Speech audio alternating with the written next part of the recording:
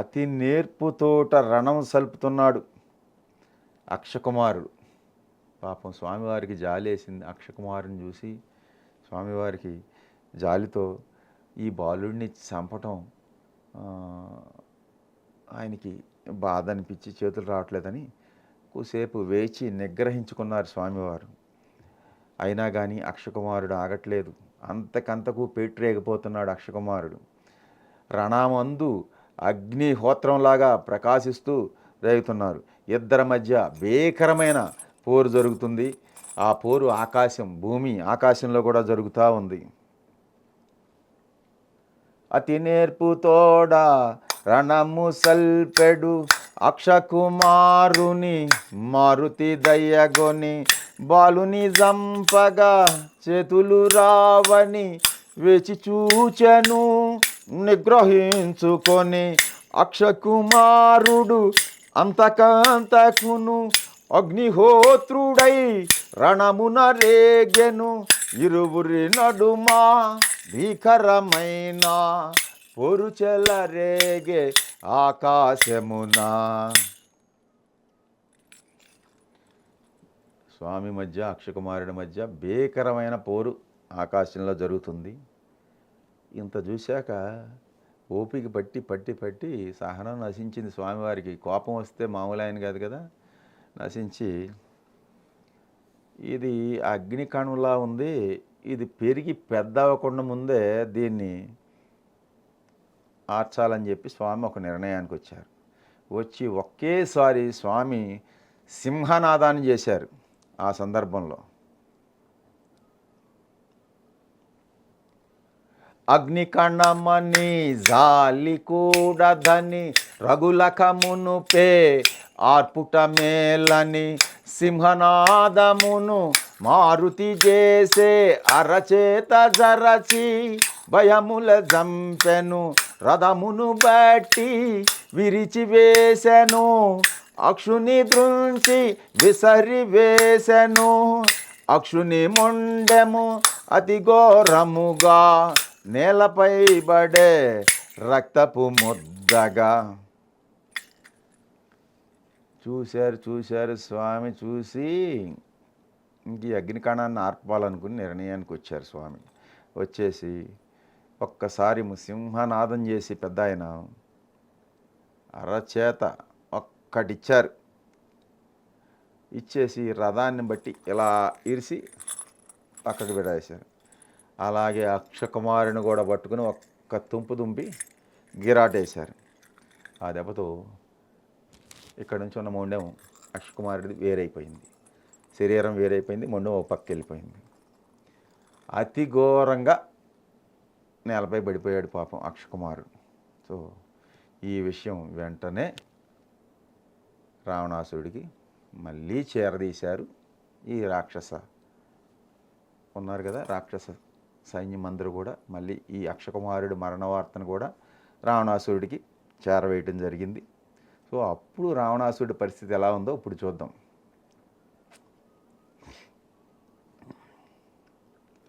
అక్షకుమారుని మరణ వార్త విని లంకేశ్వరుడు కడు దుఃఖించను మెల్లగా తేరి క్రోధము బూని తన కుమారుని ఇంద్రజేతుగని ఆవానరుడు సామాన్యుడు గాడని మహిని వేగ బంధించి తెమ్మని రావణాసురుడు ఇంద్రజేతును హనుమంతునిపై దాడి పంపెను. అక్షకుమారుని మరణ వార్త ఎప్పుడైతే రావణాసురుడి చెవులకి సోకిందో రావణాసురుడు బాగా దుఃఖింపబడ్డాడు. దుఃఖం ఆపుకోలేక చాలాసేపు దుఃఖించి కాసేపటికి మెల్లగా తేరుకుని అప్పుడు మళ్ళీ అరిషడ్ వర్గాల్లో రెండోదైనటువంటి క్రోధం ఈయనలో రగిలింది. రావణాసురుడికి క్రోధం వచ్చేసింది మరణ వార్త తినేటప్పటికి.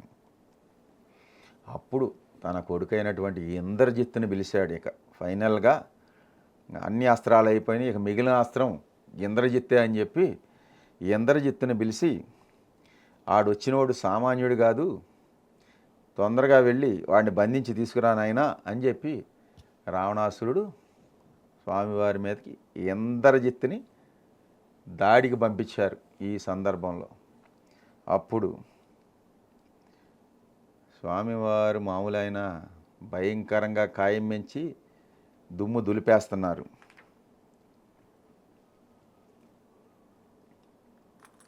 కపికుంజరుడు భయంకరముగా కాయము పెంచి సమరము సేయగా ఈ వానరుడు సామాన్యుడుగాడని మహిమోపేతుడు కామరూపుడని ఇంద్రజిత్తు బహుయోచన చేసి బ్రహ్మాస్త్రమును ప్రయోగము చేసే దేవగణంబులు సంగ్రామముగని తహతహలాడిరి ఏమగునోయని. ఎప్పుడైతే ఇంద్రజిత్తు స్వామివారి మీదకి యుద్ధానికి వచ్చాడో అప్పుడు ఈయన భయంకరంగా ఖాయం పెంచి స్వామి యుద్ధం చేస్తూ ఉండగా అప్పుడు ఇంద్రజిత్తుకి అర్థమైంది, వచ్చిన ఆయన వానరుడు సామాన్యుడు కాదు, వీడు మహిమోపేతుడు, సో వీడు కామరూపాలు ఏదైనా తీసుకోగలిగిన సమర్థుడు అని చెప్పి, ఇంకా ఇంతమంది నష్టం ఇంతమంది పోయారు కదా అని చెప్పి బాగా యోచించాడు. యోచించి ఏం చేశాడంటే బ్రహ్మవరంతో బ్రహ్మాస్త్రం ఉంది కదా, అది తీసుకుని స్వామివారి మీద ప్రయోగించాడు. ఈ ఇంద్రజిత్ వేసే బ్రహ్మాస్త్రం వదలంగానే పైనుండి చూస్తున్నటువంటి దేవతలు సురులు అందరూ కూడా వీక్షిస్తున్నారు యుద్ధాన్ని. ఏం జరుగుద్దా అని చెప్పి స్వామివారికి ఇంద్రజిత్కి ఏం జరుగుద్దా అని చెప్పి వాళ్ళు తిలకిస్తూ ఉన్నారు ఈ సందర్భంలో. అప్పుడు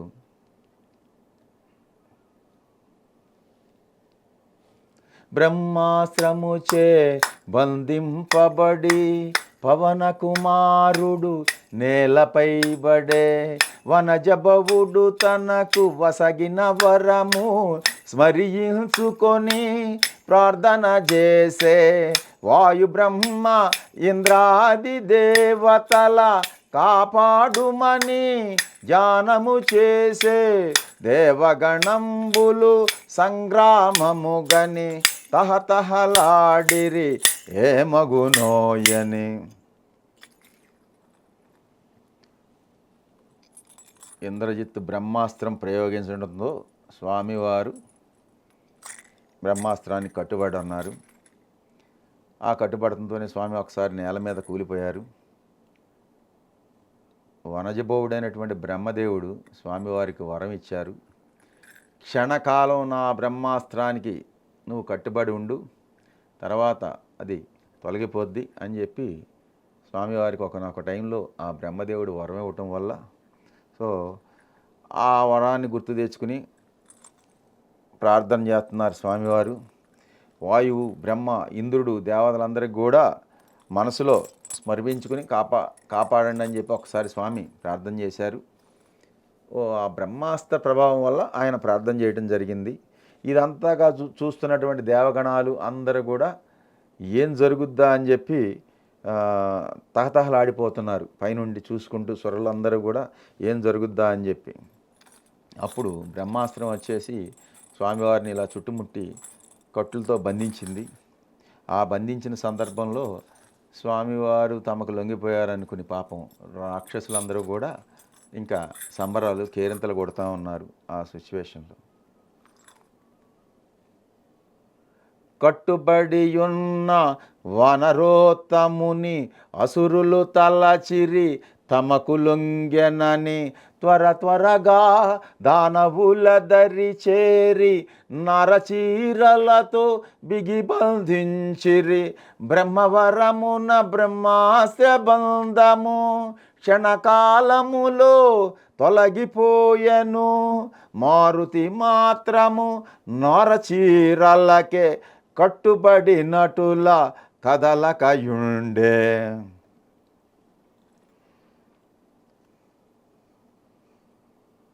బ్రహ్మాస్త్రం ఎప్పుడైతే బంధించిందో స్వామివారు ఇలాగా కొంచెం ఉండంగా అసురులందరూ కూడా స్వామివారి మాకు లొంగిపోయారని చెప్పి భ్రమలో ఉన్నారు. సో త్వరగా దానవులందరూ కూడా దరిచేరిపోయి నారచీరలు తీసుకుని స్వామివారిని కట్టేసి తీసుకెళ్తున్నారు. కానీ క్షణకాలంలో ఆ బ్రహ్మాస్త్రం అంతా కూడా ఉపసంహారం అయిపోయింది, తొలగిపోయింది. పాపం ఈ నారచీరలు కట్టారు కదా, ఆ నారచీరలకే స్వామి కట్టుబడినట్టుగా నటిస్తూ ఉన్నారు. ఇక్కడ నటిస్తూ కదలకుండా వాళ్ళతో పాటు స్వామి బయలుదేరి ప్రయాణం సాగుతూ ఉంది. అప్పుడు అనుకుంటున్నారు, వానరోత్తముని దూషణలాడుచు రావణు కడకు ఈడ్చుకుపోవగా ఈ వానరుని వధించి వేయుడని మన ఎడ ద్రోహము చేసినాడని రక్తనేత్రముల నిప్పులు రాలగా లంకేశ్వరుడు గర్జన చేయగా రావణు తమ్ముడు విభీషణుడు దూతను సంపుట తగదని పెల్పెను. శ్రీ హనుమాను గురుదేవులు నాయద పలికిన సీతా రామ కథానే పలికెద సీతారామ కథ.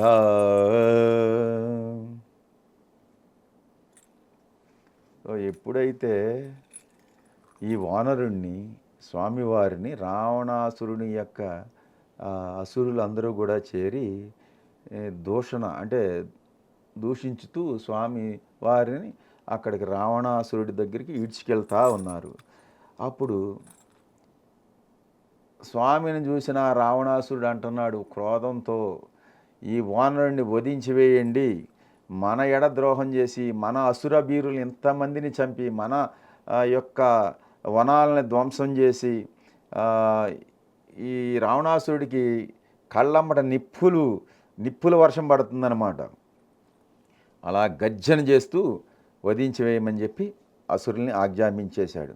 సో ఈ జరుగుతున్న సందర్భంలో అక్కడ ఉన్నటువంటి రావణాసురుడు తమ్ముడైనటువంటి విభీషణుడు గమనించాడు ఇదంతా కూడా ఏం జరుగుతుందని. గమనించి అన్నగారైనటువంటి రావణాసురుడితో చెప్తున్నాడు, అన్నా రావణ, దూతను చంపడం ధర్మం కాదని చెప్పి రాజధర్మాన్ని అక్కడ విభీషణుడు రావణాసురుడికి చెబుతూ, అన్నా రావణ, తెలిసిన వాడివి నువ్వు, ఏం చేయాలో అని చెప్పి ఆ అన్నైనటువంటి రావణుడికి ఆ విభీషణుడు హితబోధ చేస్తున్నాడు. ఈ సందర్భంలో స్వామివారిని చూసి జరుగుతున్న విషయాన్ని గమనించి అన్నకి హితబోధ చేస్తున్నాడు మన విభీషణుల వారు. ఈ రకంగా, అన్నా రావణ తెలిసిన వాడవు శాంతముగానా మన వినుమా, దూతను సంపుట ధర్మముగానిది లోకముచే గర్హింపబడునది, సూర్యుడవైనా నీకు తగనిది రాజధర్మ విరుద్ధమైనది అని విభీషణుడు లంకేశునితో దూతను సంపుట తగదని తెల్పెను. రాజధర్మానికి విరుద్ధమైనటువంటిది అన్న, ఈ దూతను చంపవద్దని చెప్పి అన్నగారైనటువంటి రావణాసురుడికి విభీషణుడు తెలియజేయటం జరిగింది. అప్పుడు తెలియజేసి ఈ దూతను వధించొద్దు, తగు రీతిగా శిక్షింపమని చెప్పి స్వామిని శిక్షించమని చెప్పి అన్నగారైనటువంటి రావణాసురుడికి ఇక్కడ తమ్ముడు విభీషణుడు తెలియజేస్తూ ఉన్నాడు. అన్నా వీనిని వధింపకుమా, తగురీతిని దండించి పంపుమా, దూత ఎడల విధింపబడినవి వదగాక తగిన దండనలున్నవి, తలగురిగించుట సభకు వేయుట, గురుతు వేయుట, వికలాంగు సేయుట అని విభీషణుడు లంకేశునితో దూతను సంపుట తగదని తెల్పెను. శ్రీ హనుమాను గురుదేవులు నాయద పలికిన సీతా రామ కథానే పలికెద సీతారామ కథ.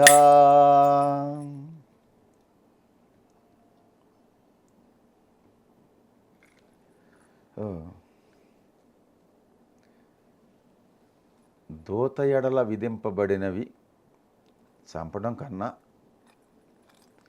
తగినటువంటి దండనలు ఉన్నాయి అన్న. దూతకి తల గురిగించటం, లేదా సభకు వేయటం, లేదా ఏదైనా గుర్తు శరీరం మీద గుర్తు లాంటిది వేయటం, లేదా వికలాంగుడిని ఏదో ఒకటి వికలాంగత్వాన్ని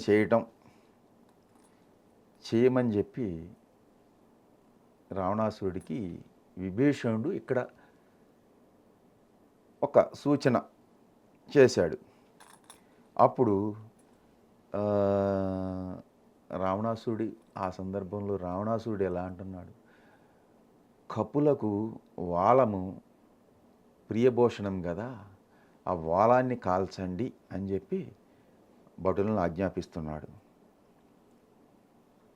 కపులకు వాలము ప్రియభూషణము కావున కాల్చుడు వినివాలము, వడవాడలా ఊరేగింపుడు పరాభవించి వదిలివేయుడు, కాలిన తోకతో వీడేగుగాక అంపిన వారికి తలవంపుగాక అని రావణుడు విభీషణుని గని ఆజ్ఞాపించను కోపమణచుకొని. ఏం చెప్తున్నారంటే స్వామి, కపులకు వాలము భూషణమైనది కాబట్టి ఈ వాలాన్ని కాల్చేయండి, ఊరిలో గ్రామ వాడవాడలా కూడా ఊరేగించండి, తగలబెట్టి పరాభవం చేసి అప్పుడు వదిలేయండి. సో కాలిన తోకతో ఈయన వెళ్తాడు కాప రామచంద్రమూర్తి దగ్గరికి, ఎవరైతే పంపారో వాళ్ళకి తలవంపు వస్తుంది అని చెప్పి ఆ రావణాసురుడు అలా విభీషణ్ణి చూసి కోపాన్ని తనలోనే తాను అణగదొక్కుంటూ ఆజ్ఞాపించాడు విభీషణుడికి. అదే సమయంలో జీర్ణాంబరాలన్నీ కూడా తీసుకొచ్చి అసురులందరూ కూడా స్వామివారి వాలానికి చుడుతున్నారు. చుట్టి ఆ వాలాన్ని నూనెతో తడుపుచు ఇలాగా మంటలు మండేటట్టు నిప్పుని రాజేసి అంటించారు. రాజేసి అంటించి స్వామిని తీసుకుని ఈడ్చుకుపోయారు. వీధులన్నీ తిప్పుతున్నారు. స్వామి మాత్రం ఏమీ లేదు, సైలెంట్గా ఉన్నారు. మనం టైం కోసం వెయిట్ చేయాలి, ఇది మనకి సమయం కాదు, సో ఆ సమయం కోసం వేచి చూద్దామని చెప్పి స్వామి అలా వేచి చూస్తున్నారు. జీర్ణాంబరములు అసురులు దేచిరి, వాయుకుమారుని తోకకు జొట్టిరి, నూనెతో తడిపి నిప్పంటించిరి, మంటలు మండగా సంతసించిరి, కపిపుంజరుని ఈడ్చుకుపోయిరి, నడి వీధులలో ఊరేగించిరి, మారుతి మాత్రము మిన్నకుండెను, సమయము కాదని సాగిపోయెను. ఇది మన టైం కాదని చెప్పి స్వామివారు సైలెంట్గా కూర్చున్నారు.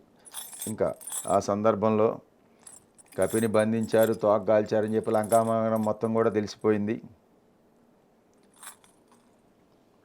కపిని బంధించి తోకగాల్చిరని నడివీధులలో త్రిప్పుచుండిరని రాక్షస వనితలు వేడుక మీరగా పరుగున పోయి సీతకు తెలుపగా అంతటి ఆపద తన మూలమున వాయుసుతునకు వాటిల్లెనని సీతామాత కడు చింతించెను, అగ్నిదేవుని ప్రార్థన చేసెను. ఎప్పుడైతే ఊరేగిస్తున్నారో స్వామివారిని, ఈ రాక్షస వనితులందరూ కూడా ఈ వార్త తెలుసుకుని గబగబా పోయి అమ్మవారైనట్టు సీతమ్మవారికి తెలియజేయటం జరిగింది. అప్పుడు అమ్మవారు బాధపడుతున్నారు. ఎలాగా? కపికి, స్వామికి, హనుమకి ఇంతటి ఆపద నా వల్లే వచ్చింది కదా అని చెప్పి ఆయన అమ్మ బాధపడుతూ ఉండగా సీతామాత చింతన చేస్తూ ఉంది. అప్పుడు ఏదైతే తోకకి నిప్పంటించారో అగ్నిదేవుణ్ణి అమ్మవారు ఇలా ప్రార్థన చేస్తుంది. అప్పుడు స్వామివారికి ఎప్పుడైతే అమ్మవారు ప్రార్థన చేసిందో అగ్నిదేవుడికి, అగ్నిదేవుడు శాంతించాడు. స్వామికున్న తోకకున్న నిప్పు అంతా కూడా స్వామివారికి చల్లగా తోచింది. ఆ మంటలంతా కూడా పెద్ద ఇబ్బంది లేదు స్వామివారికి. ఓర్వరానివై మండిన మంటలు ఒక్కసారిగా చల్లగా దోచెను, అగ్నిదేవునకు నా జనకునకు అన్యోన్యమైన మైత్రి చేతనో రామదూతనై వచ్చుట చేతనో సీతామాత మహిమ చేతనో మండే జ్వాలలు పిల్లగాలులై వ్యవసాగెనని మారుతి పొంగెను. ఎప్పుడైతే అమ్మవారు ప్రార్థన చేశారో అగ్నిదేవుడు శాంతించాడు. ఆ మంటలన్నీ కూడా చల్లగా తోచాయి. అప్పుడు అనుకుంటున్నారు స్వామివారు, అగ్ని పంచభూతాల్లో అగ్ని వాయువు ఇద్దరు స్నేహితులు కనుక అగ్నిదేవుడికిను నా జనకుడైన వాయుదేవునికి గల మైత్రి చేత నేను రామకార్యార్థమై లంకకు రావడం చేత అమ్మవారి యొక్క మహిమ చేతను మొత్తానికి మండే జ్వాల యొక్క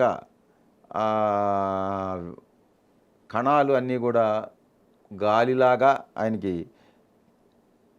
వేస్తున్నాయి. అప్పుడు ఆ స్వామి ఆనందంతో పొంగిపోయారు. సో ఇక ఒకేసారిగా స్వామి తన కాయాన్ని పెంచుతున్నారు. ఈ సందర్భంలో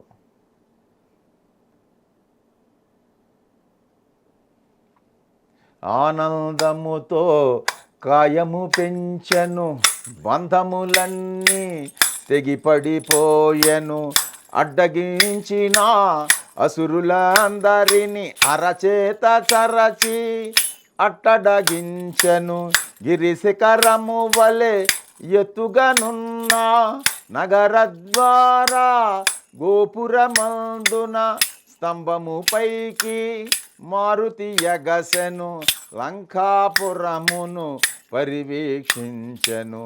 శ్రీ హనుమాను గురుదేవులు నాయద పలికిన సీతా రామ కథానే పలికెద సీతారామ కథ. ఒకేసారి స్వామి కాయం పెంచడంతోనే ఆయనకున్న కట్లు బంధాలన్నీ కూడా తెగబడిపోయినాయి.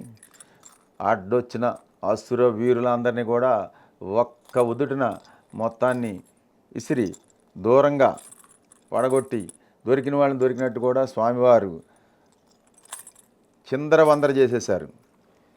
ఏదైతే గిరిశిఖరం వల్ల అక్కడ ఎదురుగా కనపడుతుందో నగర ద్వారం గోపురం యొక్క ఏదైతే ఉందో ఆ గోపురాన్ని ఒకే ఉదుటిన స్వామి పైకి లేగడం జరిగింది. లేచి అప్పుడు చూస్తున్నారు లంకాపురాన్ని మొత్తం ఎలా ఉంది ఏంటి అని చూస్తున్నారు. ఇక్కడ స్వామికి నిప్పు అంటించడం వల్ల స్వామి ఈగో హర్ట్ అయింది. సో ఇక స్వామి చూసుకుంటారు, ఇక ఫుట్బాల్ ఆడతారు ఇప్పుడు లంకా నగరాన్ని. ఈ సందర్భంగా జై శ్రీరామ్ అందరికీ భగవద్బంధులకి.